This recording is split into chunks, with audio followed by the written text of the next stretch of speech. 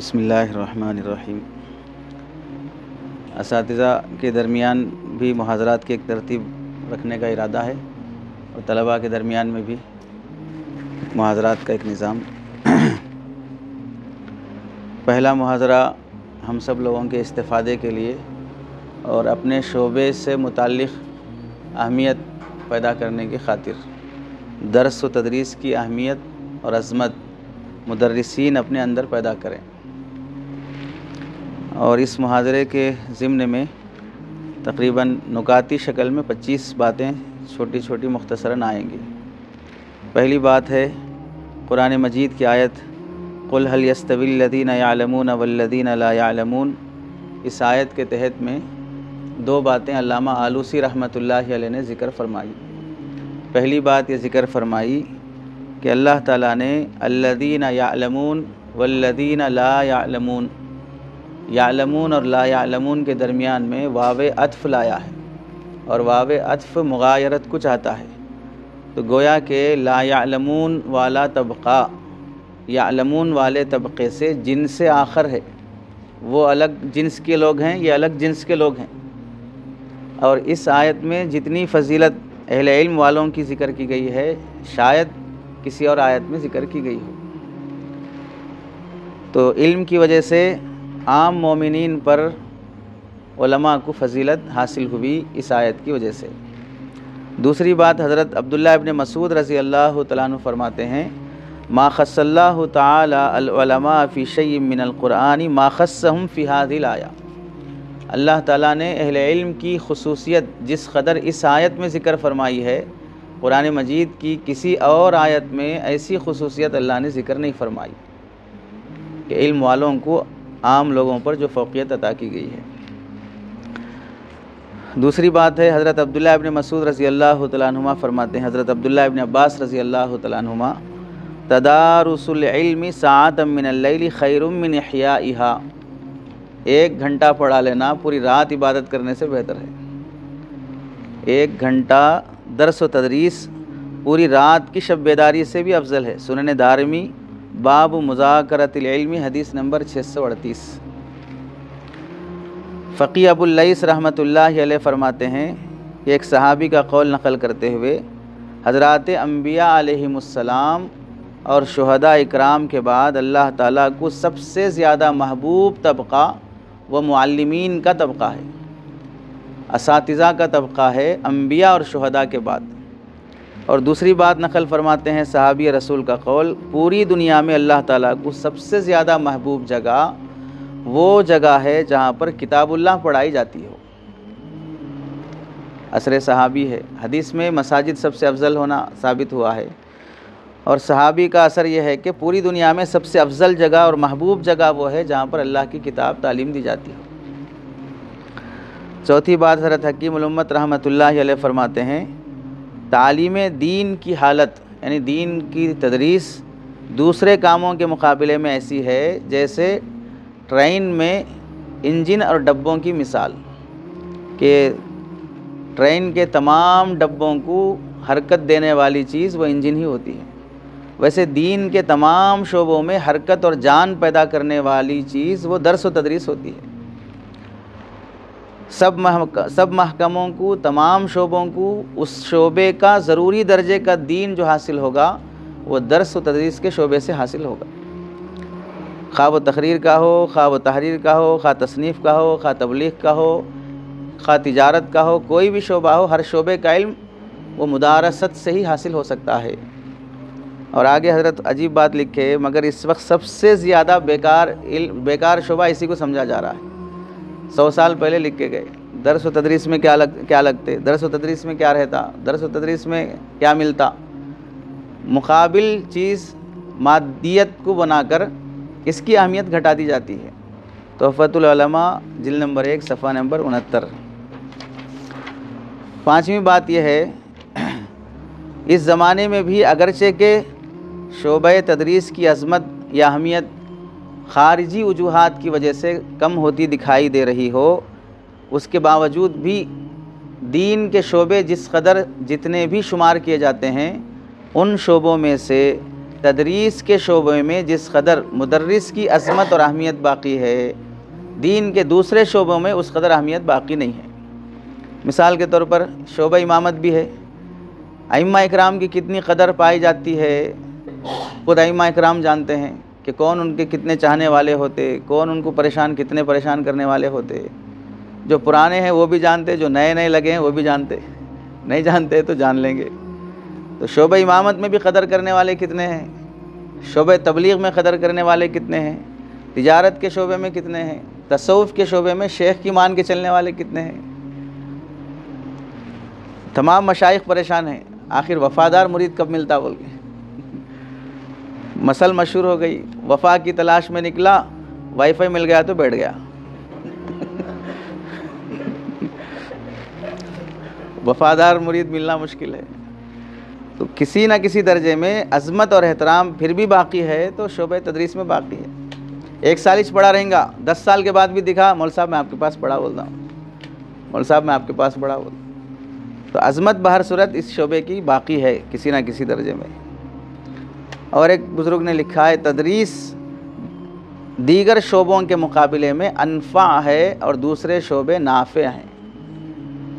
دوسرے شعبے نافع ہیں اور تدریس کا شعبہ انفع ہے، اس واسطے کہ دوسرا شعبہ اپنے شعبے کے افراد کو نفع پہنچائے گا، اس واسطے وہ اپنے شعبے کے حق میں نافع ہے، اور تدریس کا شعبہ اپنے شعبے میں بھی نافع ہے اور دوسرے شعبوں کو بھی نفع پہنچا رہا ہے، اس واسطے یہ اس کے مقابلے میں انفع ہے۔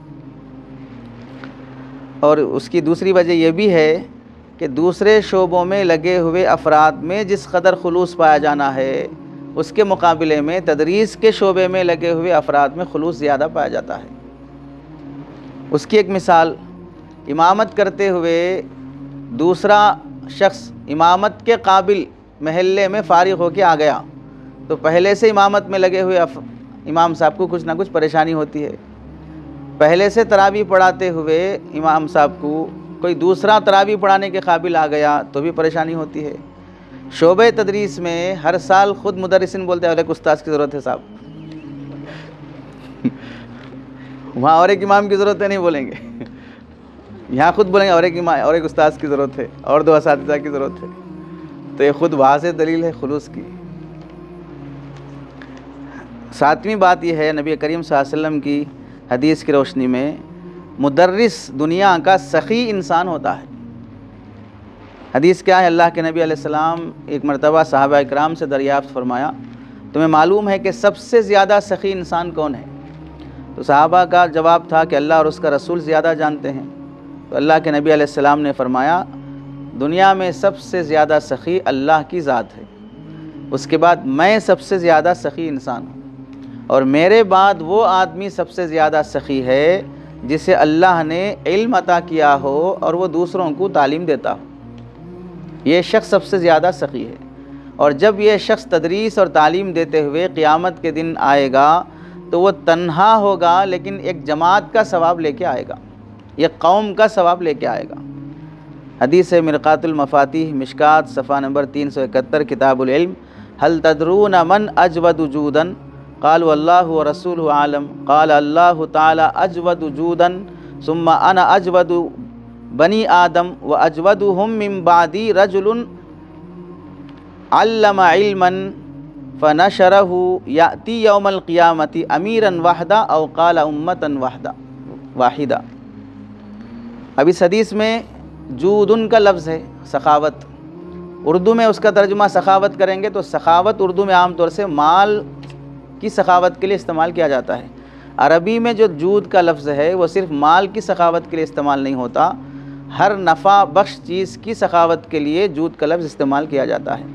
علمی فائدہ ہو، عملی فائدہ ہو، ایمانی ہو، اخلاقی ہو، معاشرتی ہو، ہر اعتبار سے لٹائے جانے والی صفت کے ساتھ متصف جود کا لفظ استعمال ہوتا ہے۔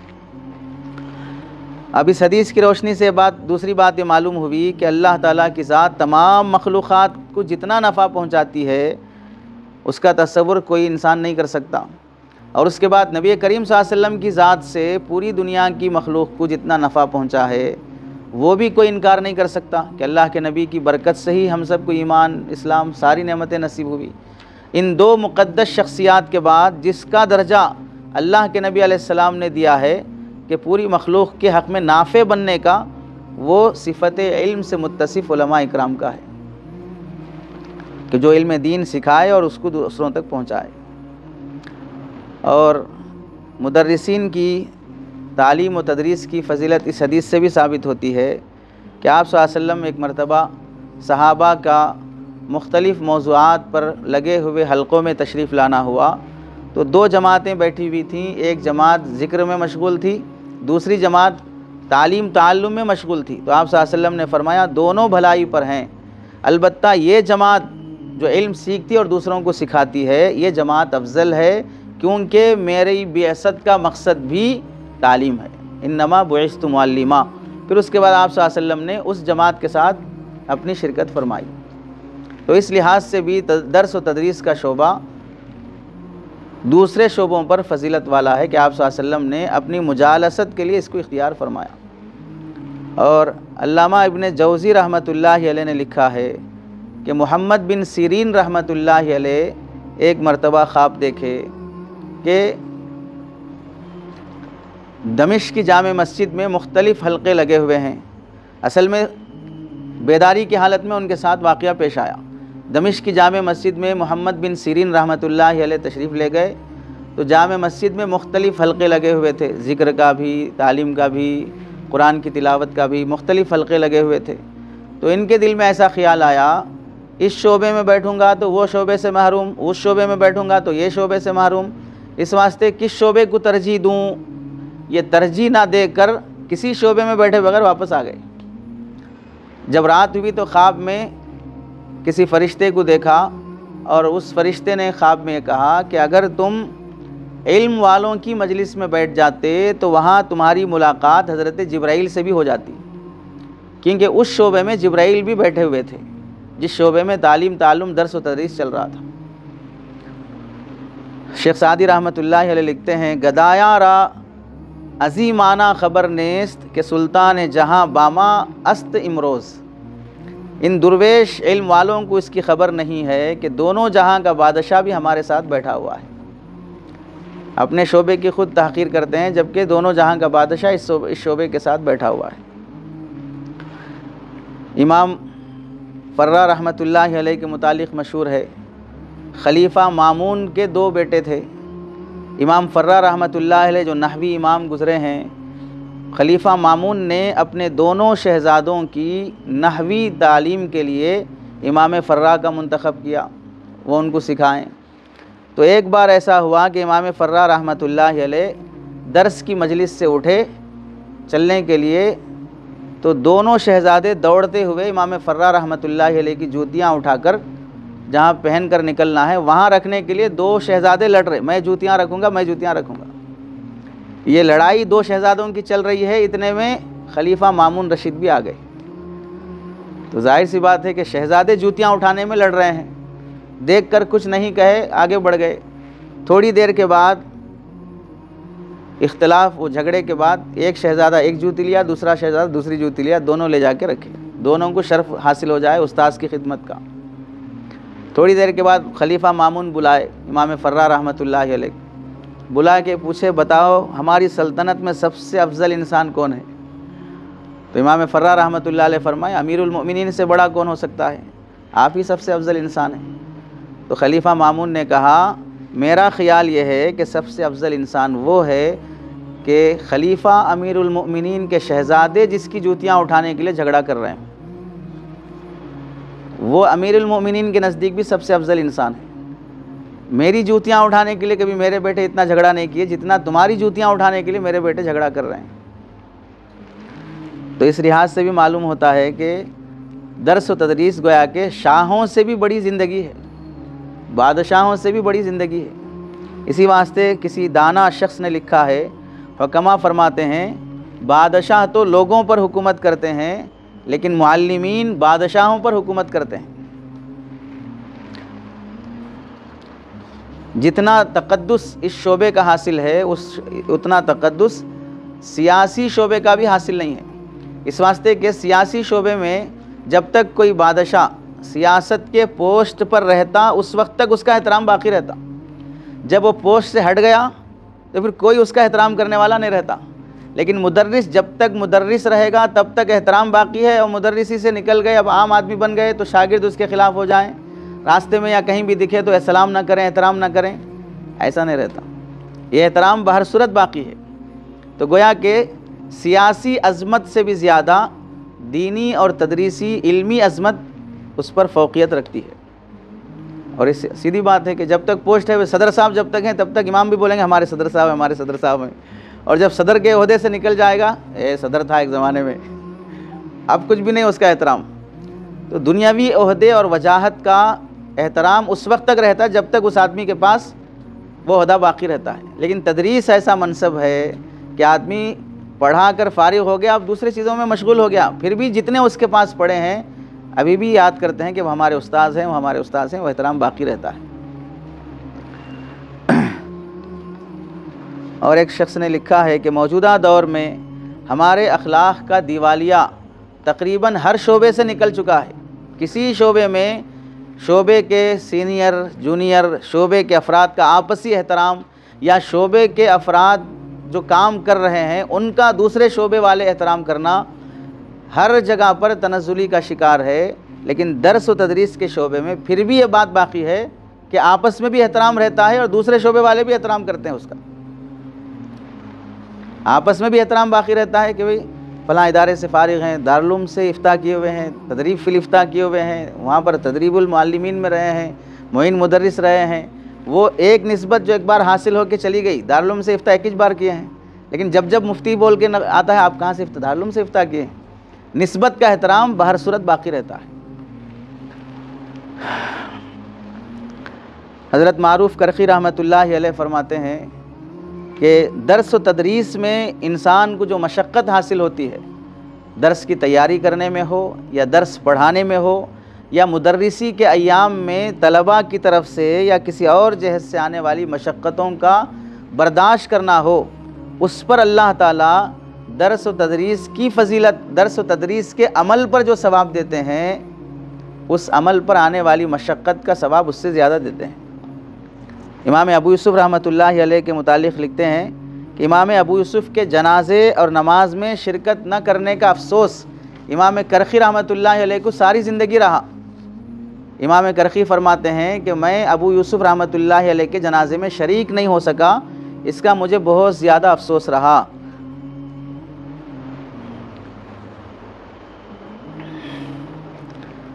اسی افسوس میں 2-3 دن گزر گئے تو رات میں نے خواب میں دیکھا کہ میں جنت میں داخل ہوا تو ایک بہت خوبصورت محل دیکھا، تو میں نے پوچھا یہ کس کا ہے؟ تو بتایا گیا کہ امام ابو یوسف رحمۃ اللہ علیہ کا ہے۔ تو میں نے کہا سبحان اللہ، اتنا شاندار محل انہیں کیسے ملا ہے؟ تو جواب ملا بِتَعْلِيمِهِ النَّاسَ الْعِلْمَ وَصَبْرِهِ عَلَىٰ أَذَاهُمْ، لوگوں کو علم سکھانے کی وجہ سے اور ان کی طرف سے پہنچنے والی تکلیفوں پر صبر کی وجہ سے۔ اس سے ہم لوگوں کو ایک نقطہ یہ بھی معلوم ہوا کہ پورے چھٹے چھٹائے ہوئے صاف ستھرے ذہین بااخلاق طلباء ملیں گے تو ہی اچھی تدریس ہو سکتی ہے، ذہین کن ذہن پریشان بد اخلاق طلباء ملیں گے تو تدریس بہت مشکل ہو جاتی ہے۔ تو اس سے معلوم ہے کہ اصل مدرسی آسانی سے سمجھ لینے والے طالب علم کو سمجھانا کمال نہیں ہے، ذہین طالب علم کو نمونے کے طور پہ پیش کرنا تو کمال نہیں ہے، اتنا نزول کرتے ہوئے سمجھانا کہ عام کن ذہن بچہ بھی ہمارے درس کو سمجھ جائے، اس میں بھی مقصود حاصل ہو جائے، یہ قابل تحمل چیز ہوتی ہے۔ منظور نعمانی رحمۃ اللہ علیہ کے متعلق مشہور ہے، بار بار کتاب لکھے لے جا کے گنوار کو سنائے، دیہاتی کو سمجھ میں آیا ٹھیک ہے باقی رکھتے، نہیں سمجھ میں آیا پھاڑ دے کے پھر اور نزول کر کے اور سہل کر کے لکھتے۔ 10 بار اس طرح کہ میری تحریر عام گنوار بھی سمجھ جائے تو وہ زیادہ نفع بخش ہے، تو میرا درس کن ذہن بچہ بھی سمجھ جائے۔ اس واسطے کہا جاتا ہے کہ کن ذہن بچوں کو سامنے رکھا جائے تاکہ ان کو مخاطب کرنے سے وہ متوجہ رہے، اور ذہین طالب علم تو صرف آنکھوں سے دیکھے بغیر کانوں سے سن کر بھی سمجھ جائے گا اپنی ذہانت کی وجہ سے، اور جو کمزور ذہن کا ہے اسے آنکھیں اور کان دونوں متوجہ کرا کے سمجھانا پڑتا ہے۔ اور یہ بات ذہن سے نکال دینا بھی ضروری ہے کہ کوئی طالب علم کن ذہن ہوتا ہے۔ ایسے بہت بہترین مثال دیے خالد بیگ ندوی صاحب دامت برکاتہ۔ ہماری مثال ایسی ہے کہ طلبہ ہمارے پاس پڑھنے کے واسطے آئے تو ہم ذہین اور کمزور ذہن کا ایک معیار اپنے ذہن میں متعین کر لیے کہ میں جو بول رہا ہوں، جیسے سمجھا رہا ہوں، اس حساب سے سمجھ گیا تو وہ ذہین ہے، میرے سمجھانے کے حساب سے نہیں سمجھا تو وہ کن ذہن ہے۔ ہاں دوسرا آدمی سمجھایا تو وہ سمجھ سکتا ہے، لیکن میرے سمجھانے سے نہیں سمجھا انہیں، تو میرے حساب سے تو وہ کن ذہن ہے۔ تو اس کی مثال ایسی ہے کہ میں ایک ناپ رکھ لیا 45 انچ لمبا، 36 انچ چوڑا، وہ حساب سے ایک کرتا سلوا کر میں لا کر ہر طالب علم کو بلا کر اسے پہنایا۔ جس طالب علم کو وہ کرتا آ گیا تو میں بولوں گا یہ طالب علم صحیح ہے، یہ فٹ ہے، یہ کوئی دبلا پتلا نہیں، یہ صحیح ہے، چونکہ یہ کرتے میں فٹ ہو رہا ہے۔ جو طالب علم کرتے میں فٹ نہیں ہو رہا ہے میں بولوں یہ طالب علم بیکار ہے، انہیں کرتے میں نہیں آ رہا ہے انہیں۔ تو کسی کے فٹ ہونے یا انفٹ ہونے کا معیار کرتا طے کر لینا، بعد میں پہنانا شروع کرنا، یہ طریقہ صحیح ہے، یا ہر طالب علم کو بلا کر اس کا ناپ لے کر اس کے حساب کا کرتا بنانا صحیح ہے؟ جیسے ہر طالب علم کی جسم کی ساخت کم زیادہ ہوتی ہے، ویسے ہر طالب علم کی ذہنی ساخت بھی کم زیادہ ہوتی ہے، تو اس کے حساب سے اس کی ساخت کا کرتا اسے پہناؤ، اس کی ساخت کا کرتا اسے پہناؤ۔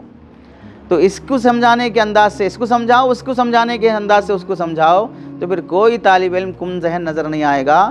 ہر طالب علم مختلف نوعیت کے حساب سے سمجھنے کا صلاحیت مند نظر آئے گا، سمجھنے کی صلاحیت رکھتا ہے، لیکن اس لحاظ سے سمجھایا جائے۔ اور ایک جگہ در مختار میں لکھا ہے، تدریس کا شعبہ اللہ تعالیٰ اپنے محبوب بندوں کو ہی دیتے ہیں۔ اسماعیل بن رجا رحمۃ اللہ علیہ فرماتے ہیں، میں نے امام محمد رحمۃ اللہ علیہ کو خواب میں دیکھا تو میں نے پوچھا ما فعل اللہ بک، اللہ نے تمہارے ساتھ کیا معاملہ کیا؟ امام محمد رحمۃ اللہ علیہ نے فرمایا، کئی بار سن چکے، غفر لی، مغفرت ہو گئی، ثم قال لو اردت ان اعذبک ما جعلت هذا العلم فیک، اگر میں تمہیں عذاب دینا ہوتا مجھے تمہیں تو میں تمہیں یہ علم عطا نہ کرتا۔ اب یہاں پر جو الفاظ استعمال کیے گئے، ما جعلت هذا العلم فیک، میں نے تمہیں علم دیا ہے، تو علم دینا اللہ رب العزت کی صفت ہے، اور یہ بات قرآن مجید سے بھی ثابت ہے، الرحمن علم القرآن، صفت تعلیم اللہ کا کمال ہے، جو وہ صفت اللہ نے بندے کو دی ہے، تو گویا کہ بندہ اس صفت میں اللہ کی صفت سے متصف ہو رہا ہے۔ اور آگے فرماتے ہیں، اس کے بعد میں نے پوچھا امام ابو یوسف رحمۃ اللہ علیہ کا، خواب میں دیکھ رہے ہیں نا اسماعیل بن رجا، تو میں نے پوچھا امام ابو یوسف کہاں ہیں؟ فائن ابو یوسف، تو انہوں نے فرمایا فوقنا بدرجتین، ہم سے 2 درجے اوپر ہیں جنت میں۔ تو پھر میں نے پوچھا فابو حنیفہ، امام ابو حنیفہ کہاں ہیں؟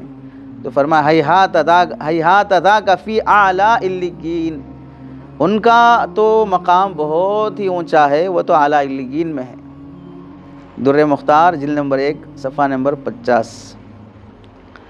تو یہ شعبہ ہمارے یہ 3 بزرگان دین فقہا ائمہ ثلاثہ، یہ حضرات بھی اپنے شعبے میں ماہر مدارست فقہ سے بنے ہیں، یعنی امام ابو یوسف رحمۃ اللہ علیہ امام ابو حنیفہ کے پاس پڑھ لیے، جہاں کہ ان کے والد دھوبی تھے یا وہ فلاں کام کرتے تھے، وہ بھی ایک کھول لیتے کپڑے دھونے کی دکان، تو ظاہر سی بات ہے امام ابو یوسف رحمۃ اللہ علیہ قاضی القضات تو نہیں بن سکتے تھے۔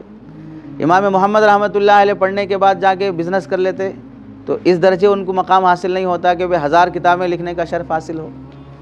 تو اسی شعبے میں پھر تعلم میں لگے رہنے کی برکت سے اللہ تعالیٰ نے وہ مقام نصیب فرمایا۔ حضرت تھانوی رحمۃ اللہ علیہ فرماتے ہیں، لوگوں کو عالم بننے اور عالم بنانے کے موجودہ نصاب پر بے اطمینانی ہوتی ہے کہ بھئی یہ نصاب پڑھ کے کیا کرتے، نصاب پڑھنے سے حاصل کیا ہوتا۔ فرماتے ہیں اس درس نظامی کو اوسط درجے کے فہم اور استعداد کے طالب علم کو بھی پڑھا دو تو بھی اس کے عجیب اور غریب استعداد اور بہترین قابلیت اس اوسط درجے کے طالب علم میں پیدا ہو جائے گی، اور میں تو کہتا ہوں، حضرت تھانوی فرماتے ہیں، ایسی قابلیت پیدا ہوگی کہ کہیں کا بھی ڈگری یافتہ، برطانیہ کا ہو، امریکہ کا ہو، لندن کا ہو، کوئی بھی اس طالب علم کے سامنے نہیں چل سکتا۔ افادات مسیح الامت، اس درس نظامی میں اللہ تعالیٰ نے ذہنی طور پر ایسی صلاحیت رکھی ہے۔ یہ اور بات ہے کہ ہم ان کو جاہل سمجھتے، وہ ہمارے کو جاہل سمجھتے۔ جو غیر عالم ہیں ہم ان سب کو جاہل بولتے ہیں، اور وہ جو پڑھے لکھے ہیں ان اپنے لیے وہ لوگ لقب استعمال کرتے ایجوکیٹڈ۔ وہ سب ایجوکیٹڈ لوگ ہیں، ہم نان ایجوکیٹڈ لوگ ہیں، ہم ان پڑھ لوگ ہیں فاصلوں کی وجہ سے۔ تو یہاں تک گفتگو تھی شعبہ تدریس کی اہمیت اور فضیلت پر۔ دوسری بات ہے شعبہ تدریس کا حکم، درس و تدریس دینے کی شرعی حیثیت کیا ہے؟ فقہا نے لکھا ہے طلباء کو دین سکھانا، تعلیم تعلم فرض کفایہ کا درجہ رکھتا ہے، اور فرض کفایہ کا حکم یہ ہے کہ اگر ایک فرد بھی اس قابل ہو کہ ضروری اور بنیادی درجے کا علم سکھا دے تو دیگر سے یہ حکم ساقط ہو جاتا ہے، اور اگر ایک شخص بھی اس قابل نہ ہو جو فرض عین والے علم کو سکھا سکے تو پھر سارے علماء شعبہ تدریس کو نہ اپنانے کی وجہ سے گنہگار کہلائیں گے۔ اور جو علم فرض کفایہ کا درجہ رکھتا ہے اس کی تدریس بھی فرض کفایہ کا درجہ رکھتی ہے، تو اگر چند افراد بھی اس فرض کفایہ والے عمل کو اپنا لیں تو دیگر افراد سے وہ فرض کفایہ ساقط ہو جاتا ہے۔ اگر کہیں پر پڑھنے اور سیکھنے کی طلب رکھنے والے افراد موجود ہوں لیکن پڑھانے والا پڑھانے کی صلاحیت ہوتے ہوئے بھی انکار کر دیتا ہے، اور پڑھانے والا وہی ایک ہے بس اب اس گاؤں میں، لیکن وہ پڑھانا نہیں چاہتا ہے، تو وہ شخص اپنے انکار کی وجہ سے گنہگار ہوگا یا نہیں ہوگا؟ اس سلسلے میں فقہا کے دو قول ہیں۔ راجح قول یہ ہے کہ وہ گنہگار نہیں ہوگا، اس واسطے کہ پڑھنے والے کو اس کے پاس ہی پڑھنا ضروری نہیں ہے، وہ شہر چھوڑ کے دوسری جگہ جا کے بھی پڑھ سکتا ہے۔ حاملین قرآن صفحہ نمبر 35۔ تجوید کے بارے میں بھی یہی بات ہے کہ اگر تجوید سے قرآن سکھانے والا کہیں بھی موجود نہیں ہے تو پھر سارے شہر کے افراد کی ذمہ داری ہوتی ہے کہ سکھانے والا فرد تیار کیا جائے، اور اگر کوئی فرد ہو اور وہ سکھانے سے انکار کرتا ہو تو اس کے لیے فرض کفایہ والا تعلیم قرآن جس سے نماز درست ہو جائے وہ سکھانا اس پر فرض ہوتا ہے، اس کے سکھانے سے انکار کر دے گا تو اس صورت میں گنہگار کہلائے گا۔ حافظ بنانے سے انکار کر رہا ہے، پورا قرآن سکھانے سے انکار کر رہا ہے تو اس صورت میں وہ گنہگار نہیں کہلائے گا۔ اہمیت کے متعلق ایک بات یہ بھی ہے، علامہ عبدالحی الاکرمی رحمۃ اللہ علیہ فرماتے ہیں فارغ ہونے کے بعد پڑھے ہوئے علم کو محفوظ رکھنے کا واحد طریقہ یہی ہے کہ آدمی فراغت کے بعد شعبہ تعلیم و تدریس کو اپنائے، اس کے علاوہ وہ اپنی علمی صلاحیت باقی نہیں رکھ سکتا۔ چنانچہ فرماتے ہیں میں اپنی خود نوشت سوانح میں لکھتے ہیں جس کتاب کے پڑھنے سے میں فارغ ہوتا اس کو پڑھانا شروع کر دیتا، جو کتاب میں پڑھنا شروع کیا پڑھ لیا دوسرے کو پڑھانا شروع کر دیتا، تمام علوم میں میری صلاحیت پختہ ہو گئی، اللہ کی اعانت سے مجھے کسی اور کتاب کے سمجھانے میں کوئی دشواری محسوس نہیں ہوتی، خواہ وہ کوئی بھی کتاب ہو، کسی بھی فن سے متعلق ہو، حتیٰ کہ اس مشق کی بنیاد پر ایسی کتابیں بھی میں نے پڑھا دی جنہیں میں نے اساتذہ سے نہیں پڑھی تھی۔ وہ مثال میں فرماتے ہیں جیسے علامہ طوسی کی کتاب الاشارات اور الافق المبین، فن طب میں القانون، اور ایسے ہی العروض نامی کتاب، یہ وہ رسائل ہیں، رسائل العروض اور الافق المبین، کتاب الاشارات، یہ سب کتابیں میں نے پڑھی نہیں تھیں چونکہ یہ فن طب سے متعلق تھیں، فلکیات سے متعلق تھیں، پھر بھی میں نے وہ پڑھانے کی صلاحیت پیدا کر لی ہر کتاب کے پڑھنے کے بعد پڑھانے کی وجہ سے۔ اب ہم یہ کر سکتے ہیں کہ بھئی ہر کتاب پڑھنے کے بعد ہر کتاب پڑھانے کا جو سسٹم ہے مدارس کے موجودہ نظام تدریس میں تو نہیں ہو سکتا کہ ہر استاد بولے کہ یہ کتابی میں پڑھاؤں یہ کتابی میں پڑھاؤں، پھر 6 گھنٹے نہیں رہیں گے، پھر تو 18 گھنٹے ہو جائیں گے۔ جماعت صبح میں تو پورا آپ ہی پڑھا لو بھائی،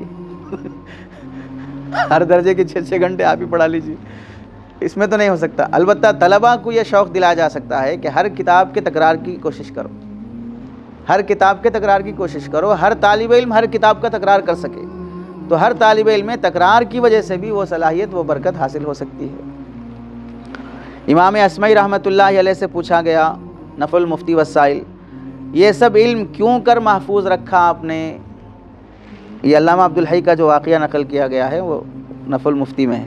امام اصمعی رحمۃ اللہ علیہ سے پوچھا گیا کہ آپ نے یہ تمام پڑھا ہوا کیسے محفوظ رکھا ہے، جب کہ آپ کے ساتھ پڑھے ہوئے دوسرے ساتھی اپنا پڑھا ہوا بھول گئے؟ تو امام اصمعی رحمۃ اللہ علیہ نے فرمایا میرے ساتھیوں نے علم حاصل کرنے کے بعد علم سکھانا چھوڑ دیا اور میں برابر سکھاتا رہا، اس واسطے وہ محفوظ رہا۔ اور امام اصمعی کا ہی لکھا ہے آگے کہ پہلے دور میں طلباء میں اور اساتذہ میں تکرار اور مذاکرے کا اتنا عموم تھا کہ آپس میں علمی مذاکرے اور تکرار کی وجہ سے لوگوں میں پڑھنے والے طالب علم کو طالب علم کے نام سے پکارا نہیں جاتا تھا، طلباء کا نام اس زمانے میں ما تقولو تھا، طلباء کا نام اس زمانے میں ما تقولو تھا۔ جیسے تاریخ وہ ابن خلکان ہے نا، تاریخ ابن خلدون، تاریخ ابن خلدون ہے، تو خلی دونا ان کا تکیہ کلام تھا، وہ خلی دونا، بھئی چھوڑو جان دو دوسرا دیکھیں گے، خلی دونا، تو اس کو ضم کر دے کے خلدون بنا دیا گیا اس کو، تو نام ہی پڑ گیا تاریخ ابن خلدون۔ تو جیسے کسی کا بھی کوئی تکیہ کلام مشہور ہو جاتا ہے تو اب اسی نام سے جانا جاتا ہے، تو طلباء کا تکیہ کلام یہ تھا، پڑھنے والے طلباء کا، ما تقول فی هذه المسئلہ، اس مسئلے کے بارے میں آپ کیا کہتے ہیں؟ ہر کوئی کسی سے بھی ملتا تو ان کا علمی مذاکرہ، ان کی بیٹھک، ان کی گفتگو، پہلا جملہ یہ ہوتا سلام کرنے کے بعد خیریت کو ما تقول فی هذه الجملہ۔ تو اس کثرت کی وجہ سے طلباء کا نام ہی پڑ گیا تھا ما تقول، اس قدر ان کے درمیان میں مذاکرے کی اہمیت تھی۔ اور ایک اہم بات ہم لوگوں کو سمجھنے کی یہ ہے، پڑھ کے فارغ ہو گئے، فارغ ہونے کے بعد ممکن ہے کہ پڑھتے وقت ہماری صلاحیت امتیازی درجے کی رہی ہو۔ ہمارے ساتھ مثال کے طور پر 4 طلباء ہم پڑھ کے فارغ ہوئے، ایک امامت میں لگا، ایک تجارت میں لگا، ایک تبلیغ میں لگا، ایک تدریس میں لگا، چاروں محنت کرتے کرتے 20 سال کا عرصہ گزر گیا، اور چاروں مفتی بنے تھے۔ جو تبلیغ میں لگے صاحب وہ بھی مفتی تھے، جو تجارت میں لگے وہ بھی مفتی ہیں، جو امامت میں لگے وہ بھی مفتی ہیں، جو تدریس میں لگے وہ بھی مفتی ہیں، اور چاروں مفتیان اکرام 20 سال اپنے اپنے شعبے میں محنت کیے۔ 20 سال کی محنت کے بعد جو امامت میں لگا ہے اس کو جو تجربہ پیدا ہوگا وہ شعبہ امامت میں عوام سے پیش آنے کا طریقہ، کس کو کیسا ہینڈل کرنا، کس کو کیسا جواب دینا، کون کیسے مزاج کا ہے، تو عوامی مزاج سمجھنے کی صلاحیت اس کے اندر پیدا ہوتی ہے۔ لوگوں کے مسائل کیا ہیں، کیا چلتا ہے، ذہنیت کیسی ہے، یہ صلاحیت ان کے اندر پیدا ہوگی۔ یہ پیدا نہیں ہوگی کہ شامی کی کون سی عبارت کا کیا مطلب ہے، بدائے میں کون سا باب کہاں پر ہے، بحر میں یہ حاشیہ علامہ شامی نے بحر میں جو لکھا ہے اس کا یہ صحیح ہے یا نہیں، تو اس سے بعد میں جا کے منہاۃ الخالق میں انہوں نے رجوع کیا ہے، یہ چیزیں وہ مستحضر نہیں ہوں گی۔ اور جو تجارت میں لگا ہے 20 سال گزرنے کے بعد مارکیٹ کیسی چل رہی ہے، گاہکوں کا مزاج کیسا ہے، لوگ کیسا دھوکہ دیتے ہیں، پڑھا ہوا ہدایہ کا کتاب البیوع یہاں ہم نافذ کر سکتے نہیں کر سکتے، کوشش بھی کرے تو پبلک سے جواب مل رہا ہے کہ جو کچھ بھی پڑھے وہ مدرسوں میں چلتا ہے یہاں نہیں چلتا۔ تو جو کچھ بھی پڑھا لکھا ہے وہ مارکیٹ کی ویلیوز کو جاننے کی صلاحیت اس کے اندر پیدا ہوتی، نئے مسائل کا حکام مستنبط کرنے کی صلاحیت، نئے مسائل پیدا ہوں گے، نئے مسائل پیش آئیں گے، لیکن نئے مسائل کا حل پیش کرنے کی صلاحیت حاصل نہیں ہو سکتی۔ جو تبلیغ میں لگا ہے انہیں عوام کو کیسے سنبھالنا چاہیے، راتوں میں اٹھ کے کیسے رونا چاہیے، تقاضوں پہ کیسے نکلنا چاہیے، اور رہبان اللیل فرسان اللیل رہبان النہار کیسے بننا چاہیے، یہ ان کے اندر پیدا ہوگا۔ عالمی فکر کیسے آنا چاہیے، امت کو کیسے دین دعوت پر لانا چاہیے، وہ چیزیں پیدا ہوں گی۔ اور جو درس و تدریس کے شعبے میں لگا ہے 20 سال تک، اس کے اندر کتاب کی عبارتیں یاد ہو جائیں گی، مصنفین کے نام یاد ہو جائیں گے، حالات یاد ہو جائیں گے، اسماء اور رجال کو ایسے گنائے گا جیسے سالے کو گالیاں دیتے، اپنوں کو گنتے گناتے، یہ ضعیف ہے، یہ کذاب ہے، یہ ملعون ہے، فلاں ہے، ایسا گنتے جاتے۔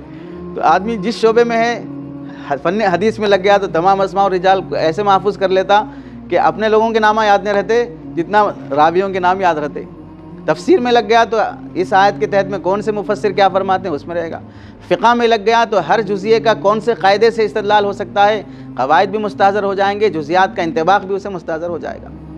اب 20 سال کا یہ عرصہ گزرنے کے بعد اگر شعبہ تدریس میں لگا ہوا شخص اور تدریس میں بھی فقہ و فتاویٰ میں لگا ہوا ہے یا کسی اور فن میں لگا ہوا ہے، وہ نو وارد مسئلے پر تحقیق کر کے استنباط اور اجتہاد کے ذریعے سے کوئی فتویٰ بیان کیا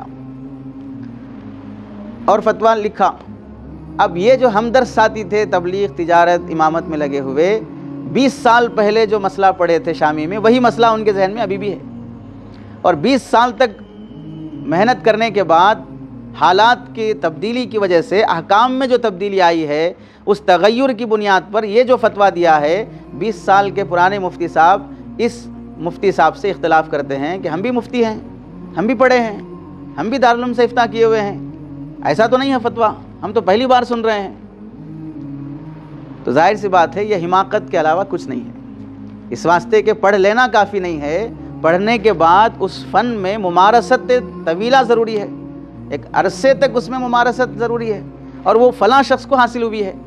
اب یہ نہیں سمجھنے کی وجہ سے کتنے قابل علماء اکرام وہ ہیں جن کا مشغلہ تصوف ہے، جن کا مشغلہ تبلیغ ہے، جن کا مشغلہ امامت ہے، جن کا مشغلہ تجارت ہے، ان مفتیان اکرام کے فتاویٰ پر انگلیاں اٹھا رہے ہیں جو زندگی بھر فقہ و فتاویٰ میں اپنی زندگی مصروف کر دیے، ان پر انگلیاں اٹھا رہے ہیں، جبکہ 20 سال کے بعد اگر شامی دی جائے تو عبارت پر انگلی رکھنا نہیں آ سکتا. 20 سال کے بعد عبارت پر انگلی رکھنا نہیں آ سکتا. وہ ان مفتیان اکرام پر انگلی اٹھاتے ہیں کہ بھئی یہ کہاں سے کا فتویٰ ہے، ہم بھی پڑھے ہیں، ہم بھی سنے ہیں. جیسے اس کی ایک چھوٹی سی مثال، سونے کے نصاب کی مقدار کیا ہے. اب اس سال تک بھی بات پیش آئی، ایک مفتی صاحب فون کر کے ہم بھی افتاء کیے ہیں صاحب، ہم بھی پڑھے ہیں، آپ کے ویڈیوز میں سن رہے ہیں 8 تولے 7 گرام 480 ملی گرام، اب تک تو ہم یہی بولتے آئے ہیں، اگر وہ تھا تو پھر دوسرے علماء اکرام کیوں نہیں بولے، دوسرے مصنفین مؤلفین کیوں نہیں لکھے. تو بولا سب لکھے ہیں، سب بولے ہیں، صرف پڑھنے کی کمی ہے. آج سے 16-17 سال پہلے دارالفتاء دارالعلوم دیوبند کے فتاویٰ میں موجود ہے گرام کے حساب سے. تو آپ جس وقت فارغ ہوئے ہیں اس وقت سے گویا کہ ہے لکھا ہوا ہو. لیکن یہ کہ تولے کی مقدار کو ہٹانا نہیں چاہے تو تولہ بولتے رہے 7.5 تولہ، لیکن تولے کی وضاحت کرتے رہے گرام کے حساب سے کہ 8 تولے 7 گرام 480 ملی گرام. تو اب یا تو یہ کرو کہ بھئی تولے کی مقدار کو عرفی لحاظ سے بدل کر 8 تولے 7 گرام 480 ملی گرام بولا جائے، یا یہ کہ بھئی تولے کی مقدار لفظ تولہ نہیں ہٹایا جائے گا، جیسے ماشا ہے، مسقال ہے، یا ایسے اصطلاحات ہیں کہ ہم اسے ختم نہیں کر سکتے. ویسا تولہ بھی ہے کہ ایسی اصطلاح ہے فقہ کی ہم اسے ختم نہیں کر سکتے. تو ٹھیک ہے بھئی وہ باقی رکھتے ہوئے بین القوسین میں موجودہ زمانے میں گرام کے حساب سے اس کی وضاحت ہو جانی چاہیے. تو ممارست کے بعد آدمی کو جو مہارت حاصل ہوتی ہے اس کی بات تسلیم کر لینا چاہیے. یہ نہیں کہ یہ الزام دے دینا کہ وہ وسعت پسند ہیں، وہ ڈھیل دے دیتے، وہ فقہ و فتاویٰ میں تھوڑا توسع رکھتے ہیں، ان کا مزاج ایسا ہے. یہ الزامات دینے کے بجائے آدمی کو چاہیے کہ جو جس فن میں ممارست رکھا ہے. اور دوسری بات ہے کہ اہل فتاویٰ کو مفتی صاحب بننے کے بعد بھی مفتیان اکرام کی زندگیاں پڑھتے رہنا چاہیے. کہ ہم تو یہ پڑھ کے آگے رسول مفتی میں کہ فقہا کے مدارج کتنے ہیں، 7 درجے ہیں. یہ مجتہد مطلق ہے، یہ مجتہد فی المذہب ہے، یہ مجتہد فی المسائل ہے، یہ اصحاب ترجیح ہیں، یہ اہل فتاویٰ ہیں، یا اصحاب شروع ہیں، یا اصحاب متون ہیں. یہ پڑھ کے آ گئے. پڑھ کے آنے کے بعد عمومی طور پر یہ ذہن سمجھتے ہیں کہ مجتہد مطلق پیدا ہونے کا زمانہ ختم ہو گیا، یہ تو اب نہیں ہو سکتا ہے. لیکن مجتہد فی المذہب، مجتہد فی المسائل یہ پیدا ہو سکتے یا نہیں ہو سکتے ہیں. بھئی فقہا سب ہر مسلک کے فقہا فرماتے کہ بھئی مجتہد فی المسائل پیدا ہو سکتا جن میں نصوص واضح نہ ہوں یا مسلک کی عبارتیں واضح نہ ہوں تو وہ مستنبط کر کے حکام بیان کر سکتا ہے. ایسے درجے کے مجتہدین پیدا ہو سکتے ہیں، یہ مسلم ہے. اب وہ اجتہاد کر کے مسائل بیان کر رہا ہے جن کے نصوص اور اشارات اپنے مسلک کے ائمہ سے منقول نہیں ہیں، تو پھر اسے الزام دے رہے ہیں توسع پسند ہے، وسعت پسند ہے. ان کو جو ہے جیسا جدھر ہوا چلتی ہے ادھر پھر جاتے ہیں، اس مسلک میں بھی رہتے اس مسلک میں بھی رہتے. چونکہ ممارست طویلہ آدمی کو حاصل نہیں ہوتی ہے تو فن کی باریکیاں آدمی کو اس کا احساس نہیں ہوتا، اور یہ چیز تدریس سے ہی حاصل ہوتی ہے، یہ چیز آدمی کو تدریس سے ہی حاصل ہوتی ہے۔ امام ابو حنیفہ رحمۃ اللہ علیہ کا محبوب مشغلہ کیا تھا؟ کثرت تفقہ کا سبب اہل علم سے مذاکرہ اور مناظرہ۔ کثرت تفقہ کا سبب اہل علم سے مذاکرہ اور مناظرہ، یہ امام ابو حنیفہ رحمۃ اللہ علیہ کے تفقہ کا سبب بیان کیا جاتا ہے۔ امام ابو حنیفہ رحمۃ اللہ علیہ کپڑے کی تجارت کرتے ہوئے بھی ان کا محبوب مشغلہ فقہ و فتاوی ہی تھا، اس واسطے امام ابو حنیفہ رحمۃ اللہ علیہ کو امام کا لفظ پہلے بول کر بعد میں ابو حنیفہ کے نام سے ذکر کر کے ان کی فقاہت کے تصور کے لازم ملزوم کے ساتھ ذکر کیا جاتا ہے۔ کبھی بھی اتنا زیادہ عالمی پیمانے پر بزنس کرنے والے فقیہ کو ایک بزنس مین ابو حنیفہ کے نام سے یاد نہیں کیا جاتا ہے، ایک بڑے تاجر ابو حنیفہ گزرے ہیں ایسا یاد نہیں کیا جاتا۔ اس سے معلوم ہوا تجارت کے ساتھ ساتھ تفقہ غالب تھا، اور موجودہ زمانے میں اگر علماء تجارت میں لگیں گے تجارت تفقہ پر غالب آ جائے گی، فقہ اور درسیات اور علمی مشغلہ مغلوب ہو جاتا ہے، تجارت غالب آ جاتی ہے۔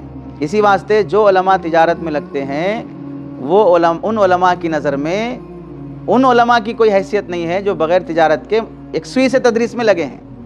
عوام جس طرح علماء کی کسی نہ کسی درجے میں توہین تحقیر کر دیتی ہے، اسی درجے میں وہ علماء بھی توہین تحقیر کر دیتے ہیں جو تجارت میں لگے ہیں۔ آپ تجارت میں لگے کہ کس نیت سے تھے؟ پہلے کما کر بعد میں فری میں خدمت کرنا چاہ رہا ہوں۔ جو فری میں خدمت کر رہا ہے اس کی توہین کرنا شروع کر دیا۔ کیا دیتے مدرسے والے؟ کیا رہتی تنخواہ ان کی؟ یعنی پورا مدار گھما پھرا کے آ کے رک رہا ہے مادیت پر۔ امام ابو حنیفہ رحمۃ اللہ علیہ اور امام مالک رحمۃ اللہ علیہ کا قصہ مشہور، یعنی امام ابو حنیفہ کے تفقہ کو بتایا جا رہا ہے۔ مشہور قصہ ہے کہ مسجد نبوی میں عشاء کے بعد ایک مسئلے پر گفتگو شروع ہوئی، صبح کی اذان ہوئی، گفتگو جاری ہے، کوئی کسی پر نہ تان ہے نہ تشنیع ہے نہ کوئی نامناسب بات ہے، لیکن علمی مذاکرہ بہر صورت جاری ہے۔ تو اس قدر طویل مذاکرے کے بعد وہ تفقہ، اور تفقہ تھا تبھی اتنا طویل مذاکرے رہتے، دو چار دلائل دینے کے بعد کیا ہے کہ بھائی میرے سمجھ میں نہیں آتا، آپ دیکھ لو، ایسے جوابات تو نہیں تھے۔ امام ابو یوسف رحمۃ اللہ علیہ کے متعلق لکھا ہے، فقہا کے ساتھ فقہ کے مذاکرے کی بڑی رغبت اور بشاشت کے ساتھ کئی روز مسلسل بغیر کسی ناغے کے مذاکرے میں مشغول رہتے تھے امام ابو یوسف رحمۃ اللہ علیہ۔ یہ جو فقہی سیمینار کیے جاتے ہیں اسی کی ایک بدلی ہوئی شکل ہے کہ روزانہ کے اوقات کے لحاظ سے میقات اول میں 4 گھنٹے، میقات ثانی میں 3 گھنٹے، پھر عشاء کے بعد 2-3 گھنٹے، اسی مذاکرے کی ایک مناقشے کی شکل ہے کہ ایک دوسرے سے بحث مباحثے سے کسی نتیجے پر پہنچ سکیں۔ تعلیم المتعلم میں لکھا ہے کہ ہمارے استاد شیخ برہان الدین فرماتے ہیں، میں اپنے ساتھیوں پر اس وجہ سے فوقیت لے گیا کہ علمی مذاکرہ میں نے کبھی نہیں چھوڑا۔ آپسی گفتگو میں بھی کوئی نہ کوئی علمی بات ہماری ہوتی تھی، لیکن افسوس سے کہنا پڑتا ہے درس و تدریس میں لگنے کے بعد آپسی گفتگو میں علمی گفتگو کتنی ہوتی ہے؟ آپسی گفتگو میں علمی گفتگو کا تذکرہ کتنا آتا ہے؟ علمی اصطلاحات کتنے استعمال ہوتے ہیں؟ ارسطو کی کتاب النفس ایک نسخہ ان کو لگا جس پر حکیم ابو نصر فارابی کا حاشیہ لگا ہوا تھا، اس میں ابو نصر فارابی خود لکھتے ہیں ان کی تحریر، انی قرأت هذا الکتاب 100 مرۃ، اب ارسطو کی کتاب النفس کو میں نے 100 مرتبہ پڑھا ہے۔ اور ہم ایک بار ہدایت النحو پڑھا دیں تو دوسری بار سیدھے شرح دیکھ کے آگے بیٹھیں گے، عبارت درسگاہ میں دیکھ لیں گے۔ اردو کی کتاب اگر پڑھا رہے ہیں تو اسے دیکھ کے جانے کی ضرورت کیا ہے؟ وہ تو ہاں بیٹھے بیٹھے دیکھ لیں گے، وہیں سے نوازل اور عروض اور توافق سب وہیں شروع ہو جاتا ہے۔ جو ہم بولنا چاہ رہے ہیں وہی مصنف کی منشا بھی آ جاتی ہے، اور جو مصنف کی منشا ہے وہ ہم بالکل بھی آئی نہیں اسے ترجمانی کر رہے ہیں۔ درس و تدریس کی عظمت سے متعلق لکھا ہے، ایک مرتبہ نواب ابراہیم خان والی ریاست ٹونک، اب پڑوس ملک کا ایریا ہے نا ٹونک کی، تو سید احمد شہید رحمۃ اللہ علیہ کے نواسے مولانا سید مصطفیٰ صاحب یہ درس حدیث دے رہے تھے، تو تو حضرت سید احمد شہید رحمۃ اللہ علیہ کے نواسے درس میں مشغول تھے، اتنے میں حکمران والی آ گیا، تو آپ نے ان کی تعظیم میں کوئی سبق بند کرنا، اٹھ کے کھڑے ہو جانا یا نظر اٹھا کر دیکھ لینا، اپنی روش میں کوئی تبدیلی نہیں لائی۔ درس ختم ہونے کے بعد نواب صاحب کے پاس آئے اور کہنے لگے جس وقت آپ آئے اس وقت میں نبی کریم صلی اللہ علیہ وسلم کی حدیث پڑھا رہا تھا، اس لیے میں حدیث چھوڑ کر آپ کی طرف متوجہ ہونے کو حدیث کی تعظیم کے خلاف سمجھا، اس لیے میں آپ کی تعظیم نہیں کر سکا۔ کاروان ایمان و عزیمت 159۔ مدرسین کے متعلق حضرت عبداللہ ابن عباس رضی اللہ تعالیٰ عنہما فرماتے ہیں نبی کریم صلی اللہ علیہ وسلم نے حجۃ الوداع کے موقع پر یہ دعا فرمائی، اے اللہ قرآن سیکھنے والوں کی مغفرت فرما، ان کی عمریں دراز فرما، ان کی کمائی اور معاش میں برکت عطا فرما۔ عجیب حکمت والی دعائیں ہیں۔ دیکھیے پہلی دعا ہے اللہم اغفر للمعلمین، معلمین کی مغفرت فرما۔ مغفرت سے اس بات کی طرف، دو باتوں کی طرف اشارہ ہے، جیسا عام طور سے حدیث کے ضمن میں ذکر کیا جاتا ہے کہ مغفرت کی بات وہاں پر آتی ہے جہاں پر آدمی سے کچھ گناہ بھی ہو جاتے ہوں، تو معلمین سے اپنے شعبہ تعلیم و تدریس میں کوتاہیاں بھی ہو جاتی ہیں، جس کے لیے اللہ کے نبی علیہ السلام نے مغفرت کے لفظ سے اشارہ فرمایا ہے۔ اور دوسری بات اس سے فضیلت کی ایک بات یہ بھی معلوم ہوتی ہے، معلمین کا مقام اتنا بلند ہے کہ اللہ کے نبی نے ان کے لیے مغفرت کی دعا مانگی ہے۔ جیسے عام لوگ کہتے ہیں بھئی ہمارے واسطے دعا کرو کہ کلمے کی موت نصیب ہو، اللہ ہمارے گناہ معاف فرما دے، تو اللہ کے نبی علیہ السلام نے اس طبقے کی مغفرت کی دعا مانگی ہے۔ تو اس دعا میں فضیلت والا پہلو بھی ہے اور اس دعا میں تنبیہ والا پہلو بھی پایا جاتا ہے۔ اور دوسرا ہے اس میں اللہ کے نبی علیہ السلام نے فرمایا کہ ان کی عمریں لمبی فرما، اعمارہم، ان کی عمریں لمبی فرما۔ عام طور سے بالعموم اساتذہ بوڑھے ہونے کے بعد ہی دنیا سے رحلت فرماتے ہیں۔ ائمہ اکرام کے بارے میں نہیں بول سکتے، مبلغین کے بارے میں نہیں بول سکتے، دوسرے شعبے والوں کے بارے میں، یہ حکم کلی نہیں ہے، اکثری ہے۔ اور بارک لہم فی کسبہم و معاشہم، تحفہ معلم صفحہ نمبر 19۔ وبارک لہم فی کسبہم و معاشہم، ان کی معاش اور ان کی کمائی میں برکت عطا فرما۔ اس دعا کی ہی برکت ہے کہ معمولی تنخواہوں پر بھی حج ہو رہا ہے، معمولی تنخواہوں پر عمرہ ہو رہا ہے، معمولی تنخواہوں پر ٹھاٹ باٹ کے کپڑے ہو رہے ہیں، معمولی تنخواہوں پر بہترین گاڑیاں ہو رہی ہیں، معمولی تنخواہوں پر شاندار موبائل بھی خریدے جا رہے ہیں، معمولی تنخواہوں پر ذاتی مکان کی بھی فکر ہے، معمولی تنخواہوں پر قرضے لیے دیے جاتے ہیں، معمولی تنخواہوں پر چٹیاں ڈالی جاتی ہیں۔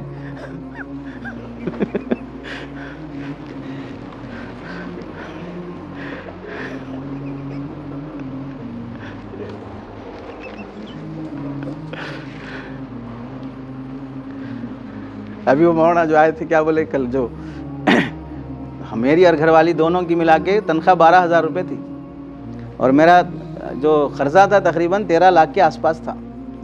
2 سال کے عرصے میں میں نے 12,000 کی تنخواہ میں، میری اور گھر والی کی تنخواہ میں گھر چلاتے ہوئے آدھے کے قریب قرضہ میں نے پھیڑ دیا، گھر چلاتے ہوئے۔ کیسی برکت رہی ہوگی۔ اور ہماری غلط فہمی یہ ہے کہ ہم برکت کثرت کو سمجھتے ہیں، برکت یہ ہے کہ مقدار میں بڑا ہوا ہونا، اتنے ہزار کی شکل میں ہونا تو برکت ہے۔ تو اگر یہی بات ہے تو پھر ڈاکٹر، لائر، انجینئر جتنے لوگ ہیں 1.5 لاکھ تنخواہ ہے، 2 لاکھ تنخواہ ہے، تو ان کی تنخواہوں کو کوئی آج تک نہیں بولا برکت والی تنخواہ ہے بول کے، کوئی بھی نہیں بولا برکت والی تنخواہ ہے بول کے۔ اور اتنے لاکھ تنخواہ ہونے کے باوجود بھی کتنی بار حج نصیب ہو گیا، کتنے بار عمرے نصیب ہو گئے، کتنا سکون دینے والی بیوی مل گئی، کتنا خدمت گزار بیوی مل گئی۔ کروڑ پتی رہنے کے بعد بھی 10,000 روپے کمانے والے مولوی کے پاس آ کے بولتا مول صاحب تھوڑا دعا کرو ہمارے گھر والی کے واسطے، دعا کرو بیٹی کے واسطے، دعا کرو بچی کے واسطے۔ روزی رزق صرف مال کی شکل میں ملنا ضروری نہیں ہے، روزی رزق کبھی عزت کی شکل میں بھی ہوتا ہے، روزی اور رزق کبھی فرما بردار اولاد کی شکل میں بھی ہوتا ہے، روزی اور رزق کبھی فرما بردار بیوی کی شکل میں بھی ہوتا ہے، روزی اور رزق آدمی کی لمبی عمر کی اور مقبولیت کی شکل میں بھی ہوتا ہے۔ تنگ نظری دور کر دی جائے، روزی کا مطلب یہ ہے کہ اتنے ہزار کی سیلری ہونا، تو ہی وہ روزی ہے، تو ہی وہ برکت ہے، ورنہ ہم صوم داؤدی سے جی رہے ہیں، ایک دن کھاتے ہیں، ایک دن فاقہ رکھتے ہیں، کھجور سے سحری کرتے ہیں، کھجور سے افطار کر لیتے ہیں۔ علمی مصروفیت کی نعمت بادشاہوں کو بھی نصیب نہیں ہے۔ تعلیم و تدریس فرائض نبوت میں سے اہم فریضہ ہے۔ تعلیم و تدریس فرائض نبوت میں سے اہم فریضہ ہے۔ یہ دو پہلو ہیں، ایک یہ ہے کہ بھئی پبلک کو یہ بولا جائے گا کہ علماء اکرام کی، ائمہ اکرام کی خوب خدمت کیجئے، خوب دیجئے۔ ائمہ اکرام کو یہ نہیں بولا جائے گا خوب مانگیے آپ لوگ، خوب مطالعہ کیجئے آپ لوگ، مطالبہ کیجئے آپ لوگ، یہ نہیں بولا جائے گا۔ ائمہ اکرام کو استغنا کا حکم دیا جائے گا اور عوام کو خدمت کا حکم دیا جائے گا۔ اور یہی اللہ کے نبی علیہ السلام کا مزاج ہے کہ عام پبلک کو یہ حکم دیا گیا کہ گھوڑے پہ بیٹھ کے آ کر بھی بھیک مانگے تو دے دو، اور بھکاری کو بولا گیا کہ اگر بھیک مانگو گے تو قیامت کے دن ذلت کی حالت میں اٹھائے جاؤ گے۔ ان کو بھیک مانگنے سے بچایا گیا اور ان کو دینے کی ترغیب دی گئی۔ تبھی آدمی اعتدال میں آتا کہ مانگنے سے رکتا، یہ دینے پہ آتا تو اعتدال رہے گا۔ تو ایسے پبلک کو حکم ہوگا دینے کا، تو پبلک کے بیانات جس کے مخاطب پبلک ہیں اسے علماء اکرام دلیل میں پیش کر دیتے ہیں کہ بھئی دیکھو دینا چاہیے۔ آپ کے مفتی صاحب بہت بولتے ہیں دینا چاہیے، آپ کے یہاں دیتے ہیں کہ نہیں دیتے ہیں؟ بیان کچھ اور ہے، عمل کچھ اور ہے۔ اس کا مخاطب عوام ہے جن سے کہا جا رہا ہے دینا چاہیے۔ اتنی فقہی صلاحیت بھی آدمی کو نہیں ہے کہ اس گفتگو کا مخاطب کون ہے سمجھ سکے، تو پھر فقہی گفتگو کرنے کیوں آتے؟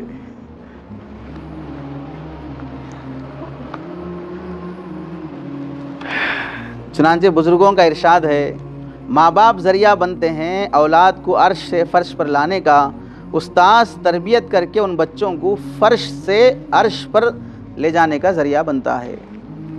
امام محمد بن حسن الشیبانی رحمۃ اللہ علیہ رات بھر جاگ کر مشکل مسائل حل کرنے میں مشغول رہتے۔ رات بھر جاگنے کے بعد بھی تھکاوٹ ہوتی اور زبان پر یہ جملہ جاری رہتا، این ابناء الملوک من هذه اللذات، شہزادوں کو یہ مزے کہاں نصیب ہیں جو ہم کو نصیب ہیں۔ آپ دیکھ لیجئے، آپ حضرات سے دسیوں بار واسطہ پڑا ہوگا معالم ارشادیہ صفحہ نمبر 80 کہ افتاء کرتے ہوئے تمرین لکھنے کے لیے جو عبارت چاہیے تھی اس عبارت کی تلاش میں کتنے گھنٹے لگ جاتے ہیں، پھر بھی آدمی کو تھکن محسوس نہیں ہوتی۔ جہاں جیسے عبارت مل گئی آدمی کتنا خوشی سے بولتا ہے بھئی میرے کو مل گئی عبارت، یہ جزیہ ایسے فٹ ہو رہا ہے، یعنی ایسا تلاش کرتا ہے گویا کوئی ہیرا موتی تلاش کر رہا ہے، مل جانے کے بعد جیسے ہیرا موتی ملنے کی جیسے خوشی ہو رہی ہے۔ اور یہ لذت روحانی ہوتی ہے، علمی شوق پر اس کا احساس ہوتا ہے۔ ورنہ آج کل ہر شخص مفتی بننے کی فکر میں ہے۔ ہر شخص جس کو املا صحیح لکھنا نہیں آ رہا ہے، کیا کرنا چاہ رہے ہو؟ مفتی بننا چاہ رہا ہوں۔ جس کو عبارت صحیح پڑھنا نہیں آ رہی ہے وہ اسے پوچھا جائے کیا کرنا چاہ رہے ہو؟ افتاء پڑھنا چاہ رہا ہوں۔ فارغ ہونے کے بعد جب اس سے پوچھے بھئی آپ کو کون سے فن سے ممارست ہے، تو بول رہے ہیں مجھے فقہ و فتاویٰ سے ممارست ہے۔ کیوں ممارست ہے صاحب؟ اس واسطے ممارست ہے کہ آپ کو اول بہشتی ثمر سے لے کے آخر تک فقہ کی کتاب رکھی گئی، اس واسطے ممارست دکھ رہی ہے آپ کو، ورنہ فی نفسی ممارست نہیں ہے۔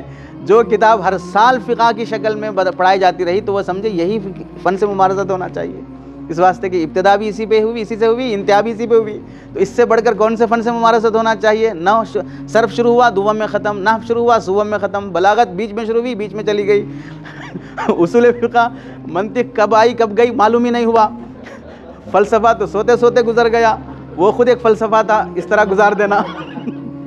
اب جو فن ہمارے ساتھ از ابتدا تا اول آخر چلا ہے وہ ایک ہی رہ گیا، وہ فن فقہ، تب ممارست تو اسی سے ہونا چاہیے۔ تو اس واسطے ہر کسی کو پوچھو بھئی کیا کرنا چاہ رہے؟ مفتی بننا چاہ رہا ہوں۔ اور ایک صاحب پوچھو بھئی کیوں مفتی بننا چاہ رہے؟ عوام مفتی صاحب صحیح مسئلہ پوچھ رہے، اس واسطے مفتی بننا چاہ رہا ہوں۔ مقصد اور نیت ہی جب آدمی کی مقصد سے میل نہیں کھائے گی تو صلاحیت و ممارست کہاں سے حاصل ہوگی آدمی کو؟ اس واسطے بننے کے بعد بھی اللہ تعالیٰ ویسے استعمال نہیں کرتے ہیں جیسے استعمال ہونا چاہیے۔ علمی مصروفیت کو وزارت پر ترجیح دینا، وزیر بنائے جانے پر بھی علمی مصروفیت کو ترجیح دینا۔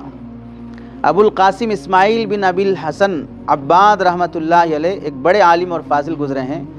خلیفہ نوح بن منصور نے جو شاہان بنی ساسان سے تھے، نوح بن منصور بنی شاسان کے خلیفہ تھے، انہوں نے وزارت کی درخواست کرتے ہوئے لکھا کہ آپ اپنا علمی مشغلہ درس و تدریس چھوڑ کر آ جائیں، ہم آپ کو اپنا وزیر بنانا چاہتے ہیں۔ ملک کے انتظامات آپ کے سپرد کرنا چاہتے ہیں۔ تو ابو القاسم اسماعیل بن عباد رحمۃ اللہ علیہ نے جواباً تحریر فرمایا، مجھے آپ درس و تدریس چھوڑ کر وزارت کی طرف دعوت دے رہے ہیں، مجھے وزارت سے معاف رکھیے، کتابوں کی مشغولیت میں مجھے وزارت کیا بادشاہی کا مزہ آ رہا ہے، وزارت کیا مجھے بادشاہی کا مزہ آ رہا ہے۔ تاریخ اسلام کے ناقابل فراموش واقعات۔ اب ہم میں سے کتنے بندے وہ ہیں شروع میں تدریس میں لگیں گے، تدریس کے ساتھ ساتھ جزوی طور پر ہم ہلکی پھلکی تجارت کر لیں گے، ہلکا پھلکا کچھ بیچ لیں گے، تو ہلکا پھلکا کچھ بیچ لیں گے کے چکر میں تجارت وزن ہو جاتی ہے، پھر تدریس ہلکی پھلکی ہو جاتی ہے۔ شروع میں 1-2 گھنٹے کی تجارت شروع کریں گے، اس کے بعد پھر بولیں گے وقت کافی نہیں ہو رہا ہے، میں صرف 1 میقات پڑھا سکتا ہوں، 1 میقات کا لیں گے، اور 1 میقات میں بھی چونکہ گاہک کے آنے کا وقت متعین نہیں ہے اور قرضے لینے دینے کا وقت متعین نہیں ہے، باہر سے منگوایا گیا مال پہنچنے کا وقت متعین نہیں ہے، تو اس واسطے میقات اول میں بھی کہیں گے کہ مجھے 1 گھنٹہ لیٹ سے آنے کی اجازت چاہیے یا آدھا گھنٹہ پہلے جانے کی اجازت چاہیے۔ اس طرح ہوتے ہوتے تدریس برائے نام 1-2 گھنٹے رہ جائے گی اور تجارت غالب آ جائے گی، اور خوش فہمی یہ رہتی ہے کہ ہم کما کر لوگوں کی نظر میں علماء کی جو ناقدری ہے وہ عزت بڑھانا چاہ رہے ہیں مال کے ذریعے سے، اور اللہ نے علم کے ذریعے سے جو عزت دی ہے وہ عزت کافی نہیں ہے، مال کے ذریعے سے جو عزت حاصل ہو سکتی ہے وہ عزت ہمیں چاہیے، اور وہ عزت حاصل کرنے کے چکر میں آدمی جب تجارت میں لگتا ہے، مدرسے میں تدریس میں لگے گا، زیادہ سے زیادہ برداشت کرنا صرف ناظم کو رہتا، بس باقی سب کو برداشت کرنا نہیں ہے، اور ناظم اچھا ملا تو اس کو برداشت کرنے کی ضرورت نہیں ہے، بعض مرتبہ الٹا ناظم کو برداشت کر لینا پڑتا۔ طلبہ تو عظمت احترام کرتے ہی ہیں استاذ کا، اکا دکا کہیں واقعہ پیش آئے گا کہ طالب علم استاذ کے خلاف ہو جائے، باقی والدین بھی قدر کرتے ہیں، عوام بھی قدر کرتی ہے، جہاں جائیں جس کونے میں بھی ہمارے شاگرد پہنچیں وہاں پر ہمارا فیض رہتا ہے، وہ شاگرد ہمارا نام لے کے بیان میں بولتے ہیں ہم اپنے استاذ سے سنے ہیں، ابھی بھی ہم کرتے ہیں۔ لیکن تجارت یا دوسرے مشغلوں میں جانے کے بعد صرف ایک کو برداشت کرنا نہیں رہتا، یہاں مدرسے کی لین میں برداشت کرنا ہے تو ہو سکتا ہے وہ شخص آپ سے عمر میں بھی بڑا ہے، ہو سکتا ہے علم میں بھی بڑا ہے، ہو سکتا ہے تقوی میں بھی بڑا ہے، اس شخص کو برداشت کرنا ہے مجھے، تو یہ برداشت کرنا عیب نہیں ہے، سعادت ہے۔ باہر شعبے میں جانے کے بعد جس کو میں برداشت کرنا ہے وہ عالم نہیں ہے، وہ متقی نہیں ہے، وہ معتدل مزاج کا نہیں ہے، فاسق فاجر ہے، اس کو میں برداشت کرنا پڑ رہا ہے، یہ برداشت کرتے ہوئے جان نکل جاتی ہے اور وہ برداشت کرنے کو ترجیح دی جاتی ہے۔ آخری بات ہے درس و تدریس کی ناقدری کی شکلیں، درس و تدریس کی اہمیت اور اکابر کے واقعات۔ ایام تدریس، ایام تعلیم میں فراغت جیسے جیسے قریب ہوتی ہے، سب سے زیادہ لاحق ہونے والی فکر ہے فراغت کے بعد کی مشغولیت۔ فراغت جیسے جیسے قریب ہوتی ہے، سب سے زیادہ لاحق ہونے والی فکر ہوتی ہے فراغت کے بعد کی مشغولیت۔ اس مشغولیت کی فکر میں آدمی آخری سال جب اسے فارغ ہونا ہے تو اپنے دوستوں میں گھنٹے بیٹھ کے بات کرتے، کیا کرنا چاہ رہے بھئی آپ؟ میں پڑھانا چاہ رہا ہوں، میں امامت کرنا چاہ رہا ہوں، میں باپ کی ہوٹل سنبھالنا چاہ رہا ہوں، میں فلاں کرنا چاہ رہا ہوں۔ ہر آدمی اپنے اپنے ارادے اور عزائم ایک دوسرے سے تبادلہ خیال کرتے ہیں۔ جس کو یہ ضرورت ہوتی ہے کہ امامت کرنا ہے تو وہ اپنے دوستوں سے، سینئر فارغین سے، شہر کے دیگر ائمہ اکرام سے یا اپنے مشیر استاد سے رابطہ کرتے ہوئے کہیں کوئی جگہ ہو میں کیا کروں، مناسب مشورے کے لیے بھی رابطہ کرتے ہیں۔ اور جن کو تدریس کی ضرورت ہوتی ہے، ظاہر سی بات ہے وہ تدریس کی تلاش میں لگتے ہیں، درخواستیں پیش کرتے ہیں، اور اپنا ہی کوئی ادارہ ہے تو اس میں پڑھانے کی کوشش کرتے ہیں۔ اور بعض مرتبہ ایسا بھی ہوتا ہے، ابھی حال میں ایک صاحب آئے کہ ان کے والد محترم انتقال کر گئے جب وہ ایام تعلیم میں تھے، ان کو یہ کہا گیا تھا کہ فراغت کے بعد آپ کو مدرسے میں خدمت کا موقع رہے گا۔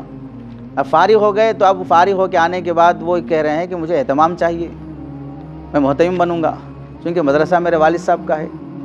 ظاہر سی بات ہے والد صاحب کا مدرسہ ہونے کا مطلب والد صاحب کی وراثت تو نہیں ہے، پراپرٹی تو نہیں ہے کہ اقربا پروری کی طرح کہ باپ کی پراپرٹی بیٹے کو ہی ملنا چاہیے۔ اور جو فارغ ہو کے آنے کے بعد ڈائریکٹ محتمم بننا چاہیں وہ شخص کو اتنا تک نہیں معلوم ہے کہ رسید بک میں آنے والے چندے کی مقدار کتنی لکھنا چاہیے، کتنے لکھنا چاہیے۔ اب وہ پورے اہتمام کو کیسے سنبھالے گا؟ کرنٹ والا کہاں پر ہے، راشن والا کہاں پر ہے، پلمبر کہاں پر ہے، داخلی انتظام کیا ہے، درسیات میں کون سی کتاب ہو کون سی کتاب نہ ہو، کس کتاب کے پڑھانے کا نہج کیا ہونا چاہیے. اس میں سے نہ داخلی امور کا، نہ انتظامی امور کا، نہ تعلیمی امور کا، نہ خارجی امور کا کوئی اسے مہارت حاصل نہیں ہے. وہ اگر منصب پہ بیٹھے گا تو ظاہر سی بات ہے امانت میں خیانت ہوگی، وہ مدرسہ چند سالوں میں کباڑ خانہ بن جائے گا. لیکن لوگوں کو اس کا بھی شوق ہے، جتنا جلدی ہو سکے ناظم بن جائیں، محتمم بن جائیں. اور جس کو تدریس کی ضرورت ہوتی ہے وہ تدریس کی تلاش میں رکھتے ہیں. بعض مرتبہ تعلقات نہ ہونے کی وجہ سے اجنبی آدمیوں سے درخواست کرنا پڑتا ہے کہ میں فلاں فلاں جگہ سے فارغ ہوں، درخواست لکھ رہا ہوں. تعلقات ہیں تو سفارش سے کام لی جاتی ہے کہ بھئی آپ میرے استاذ ہیں یا میرا آپ سے تعلق ہے، کہیں کوئی تدریس کا موقع ہے تو آپ رہنمائی فرما دیجئے. ان سب اسباب کے اختیار کرنے کے بعد آدمی جب تدریس حاصل کر لیتا ہے توفیق الہی سے، تو شروع میں اس بات کی خوشی تو رہتی ہے کہ اللہ مجھے تدریس دے دیا، جس کے لیے میں فراغت کے قریب بہت پریشان تھا. دوسرے شعبوں میں دیکھ رہا ہوں لوگوں کے حالات کیا ہیں. تو مل جانے کے بعد آدمی جب اس شعبے میں آتا ہے تو آنے کے بعد اپنے اس شعبے کی قدر جیسے اس میں پیدا ہونی چاہیے، شعبے کا حق جیسے ادا کرنا چاہیے، وہ ادا نہیں کر پاتا ہے. مدرسے میں ہوتے ہوئے، شعبے تدریس میں ہوتے ہوئے دوسرے شعبوں کو اپنے شعبے سے تقابل کرنا شروع کر دیتا ہے. میرا وہ ساتھی امامت میں گیا، اسے کتنی تنخواہ مل رہی، ہم یہاں پر آئے ہمارے کیا تنخواہ مل رہی، ہم بہت سوچ کے آئے تھے شعبے تدریس میں بہت یہ رہتا بول کے، وہ ہم سے زیادہ کما رہا ہے. اب تقابل شروع ہو گیا دوسرے شعبوں سے. ہم یہاں 10 سال سے پڑھا رہے ہیں، کوئی جانتا نہ کوئی پہچانتا. وہ ہمارا دوسرا ساتھی تبلیغ میں گیا، اب دیکھو تقاضوں پہ چل رہا ہے اور پورے ریاست اور صوبے اور منڈل لیول پر ان کے بیانات ہو رہے ہیں، ان کی آؤ بھگت ہو رہی ہے، ہر بچہ ان کو جانتا ہے. ہمیں ہمارے ناظم صاحب کہیں بیان کو جانے ہی نہیں دیتے ہیں، نہ جمعہ کا بیان کی اجازت. ہمارے پاس تو ایسا منع نہیں ہے، بعض اداروں میں جو منع ہے کہ نہ جمعہ کی اجازت، نہ امامت کی اجازت، نہ فلاں کی اجازت. یہ تقابل دوسرے شعبوں سے آدمی کرنا شروع کر دیتا ہے. اور اس شعبے کا کما حق ادا کرنے کے لیے جو کتاب مجھے دی گئی، جو اصول ادارے کے متعین کیے گئے، جو معاملہ شرعی طور پر میرے سے کیا گیا ہے، اس پر میں کتنا کاربند ہو رہا ہوں، کتنا کارگر ہو رہا ہوں کہ مجھ سے انتظامی امور میں بھی کوتاہی نہ ہو، تعلیمی امور میں بھی کوتاہی نہ ہو، اوقات کے سلسلے میں بھی کوتاہی نہ ہو، درس و تدریس کے معیار کے سلسلے میں بھی کوتاہی نہ ہو. اس شعبے میں جو مہارت حاصل کرنا چاہیے وہ مہارت حاصل کرنے کی طرف توجہ نہیں دیتا. دوسرے شعبوں میں پائے جانے والی چاہے شہرت ہو، چاہے دولت ہو، چاہے وہاں کے عہدے ہوں، ان کی وجہ سے آدمی اپنے شعبے کی تحقیر کرنا شروع کر دیتا ہے. ہوتے ہوتے کیا کرے گا، درس و تدریس میں ہوتے ہوئے بھی آدمی خارج سے امامت کی تلاش کرے گا، درس و تدریس میں ہوتے ہوئے تجارت کی کوشش کرے گا. درس و تدریس میں ایسی امامت مخل نہیں ہے، ایسی امامت منع نہیں ہے جو درس و تدریس میں مخل بنے، ایسی تجارت بھی منع نہیں ہے جو درس و تدریس میں مخل بنے. لیکن اس امامت اور اس تجارت کے اپنانے کی نیت کے سلسلے میں گفتگو ہے کہ آپ اپنانے کی نیت یہ ہے کہ ذریعہ معاش میں مجھے کمی محسوس ہو رہی ہے اس لیے میں اپنا رہا ہوں، یا اس وجہ سے اپنا رہے ہو کہ یہ شعبے سے وہ شعبہ بہتر ہے. آہستہ آہستہ میں شروعات کر کے اس شعبے کو اپنا لوں. فوراً نہیں بدل سکتے، فوراً فیصلہ نہیں کر سکتے. تو درس و تدریس میں ہوتے ہوئے آدمی خطابت تلاش کیا، درس و تدریس ہوتے ہوئے درس قرآن لیا، درس و تدریس ہوتے ہوئے درس حدیث لیا، درس و تدریس ہوتے ہوئے درس فقہ لیا. تو یہاں فقہ کا گھنٹہ پڑھاتے ہوئے درس فقہ نہیں سمجھ میں آیا. عوام میں جا کر 4 لوگوں کے سامنے درس فقہ، اسے درس فقہ سمجھ میں آیا. مدرسے میں پڑھاتے ہوئے اسے حدیث کی کتاب دی گئی، اسے درس حدیث نہیں سمجھا. عوام میں اگر مجھے کسی بھی نماز کے بعد حدیث کا درس دینے کا موقع مل جائے تو وہ ایک درس حدیث ہے مستقل عظمت والا. یہاں اگر ترجمہ قرآن تفسیر پڑھانے کا موقع دیا گیا تو یہ درس قرآن نہیں ہے جس کی عظمت کی جائے. باہر سے پھر درس قرآن کی کوشش کی گئی. تو کوشش کرنے کی وجہ کیا ہے؟ وجہ تقابل میں آ کر مفضولیت کی بات ہے، یا کوشش کرنے کی وجہ معاش کی کمی کی بات ہے، ضروریات کی تکمیل نہ ہونے کی وجہ ہے. تو وجہ پر گفتگو ہوتی ہے کہ وجہ آپ کے اندر اس شعبے کی تحقیر ہو جاتی ہے تو آپ نہ یہاں کا حق ادا کر پائیں گے نہ وہاں کا حق ادا کر پائیں گے. اسی واسطے ایک ہی بیان ریکارڈ رہے گا. آج جو سبق درس حدیث کے نام پر مشکات الآثار میں آپ پڑھائیں گے، وہیں درس حدیث کے نام پر پبلک میں آپ بیان کریں گے. دونوں وہی ہیں. محنت کے معیار میں کوئی بڑھوتری نہیں آئے گی۔ آج یہاں پر قرآن مجید کا ترجمہ یا تفسیر جو کریں گے، وہیں تشریح وہی تفسیر جا کر وہاں بھی کریں گے، اس کے لیے کوئی محنت میں فرق اور تبدیلی نہیں آئے گی۔ علمی کمال میں بڑھوتری کا کوئی شوق پیدا نہیں ہوگا۔ آہستہ آہستہ آدمی تقابل میں معیار اپنے شعبے کا گھٹاتے ہوئے پوری بنیاد اس کی نقطہ نظر کی آ جاتی ہے وظیفے اور مشاہرے پر، کہ اس شعبے کی حقیقت، اس شعبے کی فضیلت فی نفسی ہی کچھ نہیں ہے۔ شعبے میں اگر مشاہرہ زیادہ ہے تو وہ شعبہ افضل ہے، شعبے میں اگر مشاہرہ کم ہے تو وہ شعبہ مفضول ہے۔ مشاہرہ معیاری ہونا نہیں ہونا وہ مستقل موضوع ہے، لیکن شعبے کی حیثیت مشاہرے پر موقوف کرنا یہ مستقل موضوع ہے۔ تو آدمی اس کو مادیت کے ساتھ جوڑ دیتا ہے، عملی طور پر آہستہ آہستہ اپنے شعبے کے حق ادا کرنے میں عدم دلچسپی سے کام لینا شروع کر دیتا ہے۔ اس کی شکل کیا ہے؟ آنے میں بھی دیر کریں گے، جانے میں جلدی کریں گے، مطالعہ کما حق کو نہیں کریں گے، اور پڑھانے کے سلسلے میں فنون سے جو ممارست اور دلچسپی ہونا چاہیے وہ بھی نہیں کریں گے، طلباء کی صلاحیتوں کو بڑھانے کے سلسلے میں جو غور و خوض ہونا چاہیے اس پر بھی نہیں کریں گے، طریقے تدریس کے شکلیں جو بدل کر ہونا چاہیے اس کے لیے بھی وقت نہیں ہوگا، بورڈ استعمال کرنے کے لیے بھی وقت نہیں ہوگا۔ آدمی نیچے اتر کر طلباء کے دل کے قریب ہو کر اس فن سے قریب کرنے کا بھی نہیں ہوگا۔ حتیٰ کہ اب دو طرح کی باتیں پیدا ہو جاتی ہیں۔ پہلی بات یہ ہے کہ موجودہ شعبے کے منتظمہ کے خلاف گفتگو درس میں شروع کر دیتا ہے۔ ایک بات یہ پیدا ہو جاتی، مدارس میں کیا ہوتا، مدرسے والے کیا دیتے، پھر اپنے دفاع کے لیے ایک جملہ بھی لے لیتے ہیں۔ میں اس مدرسے کے بارے میں نہیں بول رہا ہوں، عام مدارس کے بارے میں بول رہا ہوں، اپنے دفاع میں یہ جملہ بھی بولیں گے، تو انتظامیہ کے خلاف درس میں بات شروع ہو جاتی ہے۔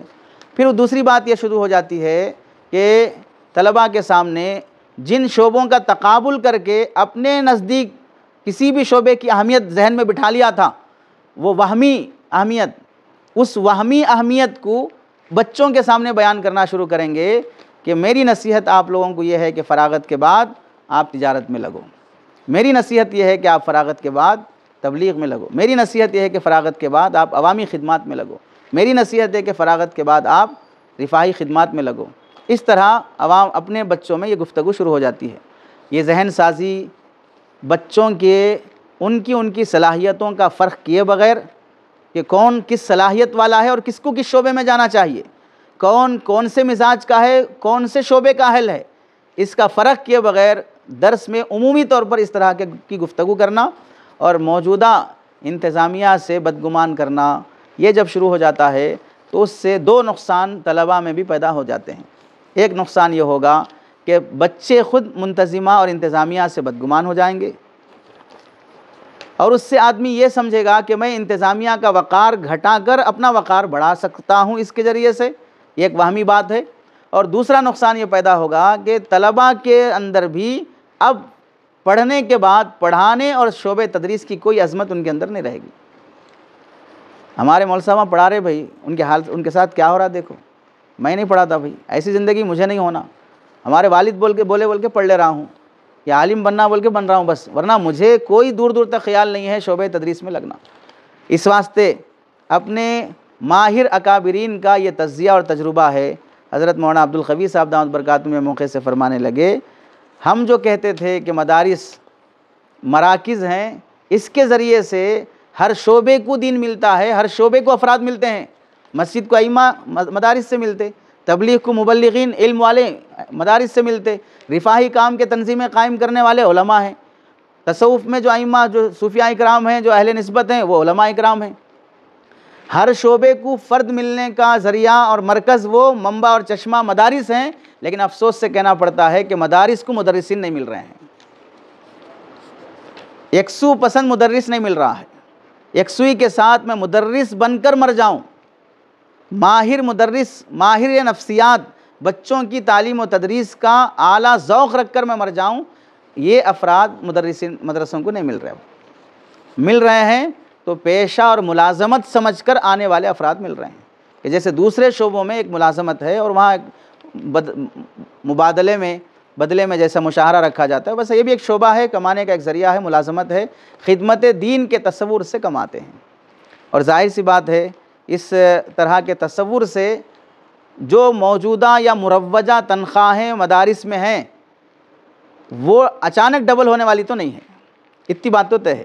یعنی یوں سمجھیے کہ میں یہ سارے تصور سے طلباء کے ذہن سے درس و تدریس اور مدرسی کی وقت گھٹایا، دوسرے شعبوں کی غیر اختیاری یا غیر شعوری طور پر اہمیت بڑھایا، اور اپنے آپ کو غفلت میں رکھ کر کسی مشیر کے بغیر، مشورے کے بغیر چلتے ہوئے جزوی طور پر دوسرے شعبے میں بھی قدم رکھا۔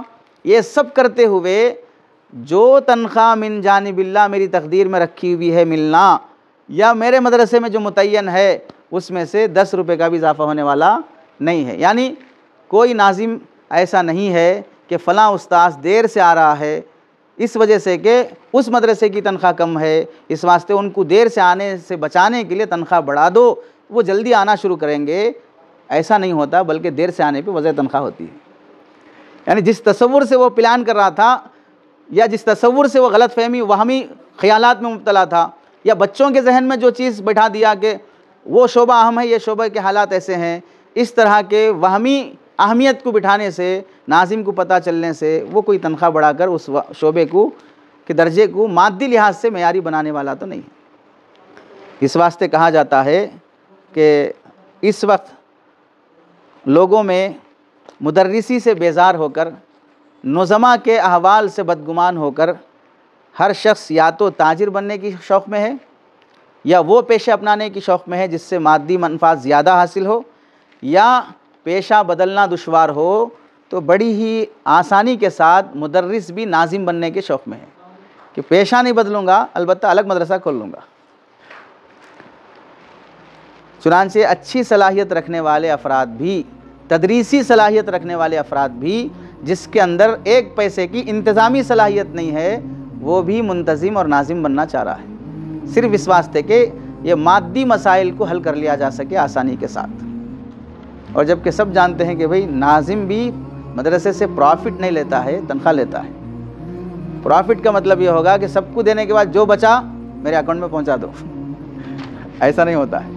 سب کے برابر ناظم بھی تنخواہ لیتا ہے، اور اگر وہ امانت دار ہے، جواب دہی کا احساس ہے، تو کسی کو مشیر بناتا، کسی کو سرپرست بناتا، ان کے حساب سے تنخواہ طے کرتا۔ اور اگر وہ آزاد مزاج ہے، اپنے حساب سے تنخواہ 25,000 40,000 50,000 طے کر لیا، پیٹرول کا الگ سے طے کر لیا، اسفار کا الگ سے طے کر لیا، مہمانوں کا الگ سے طے کر لیا، اور دورہ مدارس کا الگ سے طے کر لیا، ہر سال میں چند مدارس گھوم کے آئیں اس کا الگ سے طے کر لیا، ساتھ میں رہنے والے خادم کا الگ سے طے کر لیا۔ اس طرح سے کر لینے کے بعد وہ مدرسہ کتنا معیاری بنے گا، وہاں کتنا لوگوں کا رجوع ہوگا۔ تو وہ افراد بھی شعبے سے ختم ہوتے جا رہے ہیں جن کو درس و تدریس کی مہارت ہے، انہیں مدرس ہی بن کے رہنا چاہیے، لیکن وہ بھی ناظم بننے کے شوق میں ہیں یا ناظم بننے کو ترجیح دے رہے ہیں۔ یاد رکھنا چاہیے شعبہ تدریس زندہ ہے تو آدمی کی علمی صلاحیت بھی زندہ ہے، اور دین کا ہر شعبہ زندہ ہے۔ اور اگر شعبہ تدریس مر گیا تو پھر ہماری صلاحیتیں بھی مردہ ہیں، اور دین کا ہر شعبہ بھی مردہ ہو جائے گا، ہر شعبے سے روح نکل جائے گی۔ اللہ سے دعا ہے کہ اللہ تعالیٰ عمل کی اور قدر کی توفیق نصیب فرمائے۔